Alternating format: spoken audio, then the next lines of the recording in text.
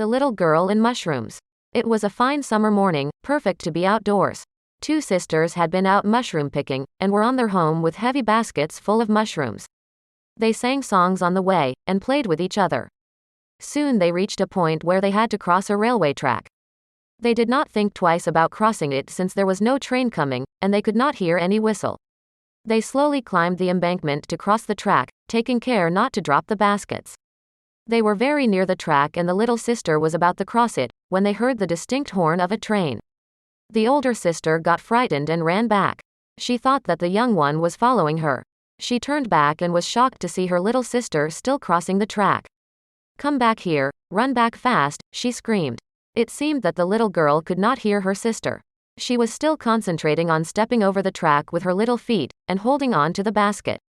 Then she tripped and fell on the track, scattering her mushrooms around. She sat down and began picking them up and putting in her basket. In the meanwhile, the elder sister had become hysteric. She cried and screamed, calling her little sister to leave the mushrooms and run back, but it seemed as though the little one could not hear her. The engine driver panicked on seeing the girl and blew his whistle with all his might, but she appeared not to hear the whistle.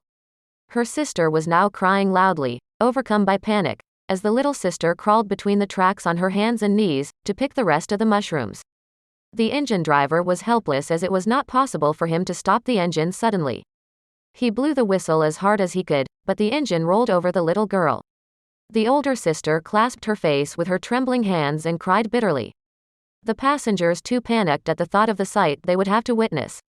The guard ran down to the end of the train to see what happened to the little girl.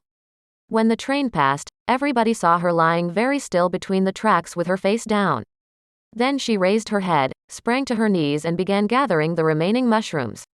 The big sister ran towards her, tears streaming down her face.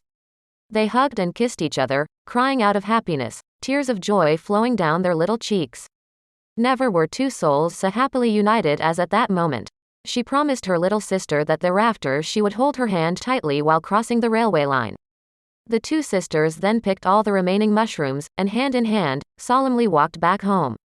They were indeed two souls who had become wiser than their years, in the span of a few minutes.